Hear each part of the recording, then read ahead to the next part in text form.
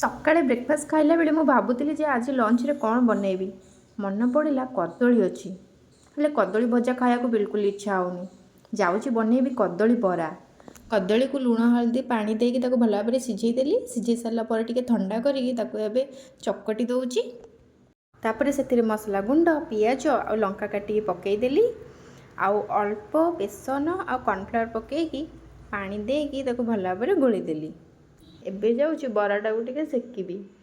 ପ୍ୟାନ୍ରେ ଅଳ୍ପ ଟିକେ ତେଲ ଦେଇ ତାପରେ ଏମିତି ସେପ୍ର ଗୋଲ ଗୋଲ ଟିକି ଭଳିଆ କରିକି କଦଳୀ ବରା ସବୁ ପକାଇଦେଲି। କେତେ କ୍ୟୁଟ୍ ଦେଖାଯାଉଛି ନା। ତାପରେ ତାକୁ ଏପଟ ସେପଟ କରିକି ଗୋଲ୍ଡେନ୍ ହେବା ଯାଏ ସେକିଦେଲି।